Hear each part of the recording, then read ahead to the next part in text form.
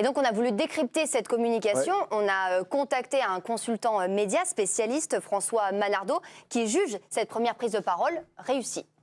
C'est plutôt une intervention, je trouve, réussie dans la mesure où elle est rapide. Plus on attend, plus on laisse d'autres parler à votre place, d'autres médias, par les temps qui courent évidemment, beaucoup aussi sur les réseaux sociaux, et vous ne maîtrisez pas votre communication.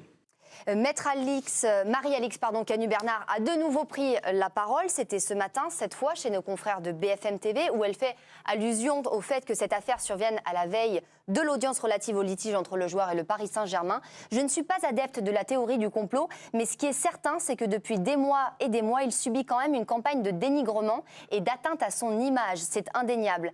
Un certain nombre de joueurs subissaient une forme de harcèlement acté depuis des mois de la part du club. Tout cela a été expliqué dans une décision. À la justice française de faire son travail, mais la campagne de dénigrement à l'encontre de Kylian Mbappé existe. Et c'est déjà peut-être la prise de parole de trop pour François Manardo, notre consultant média.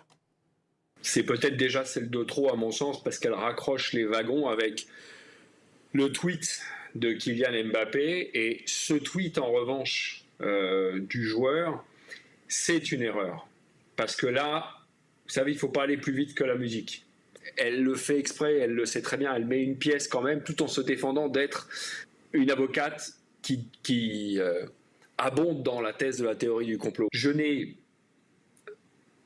pas lu, pas remarqué une politique de dénigrement, une campagne de diabolisation, de dénigrement, on s'est compris, orchestrée par la presse française, quelle qu'elle soit.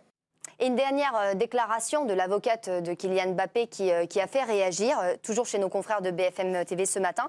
Il a été pisté. Quelqu'un savait qu'il allait à Stockholm. Un paparazzi le prend en photo comme par hasard.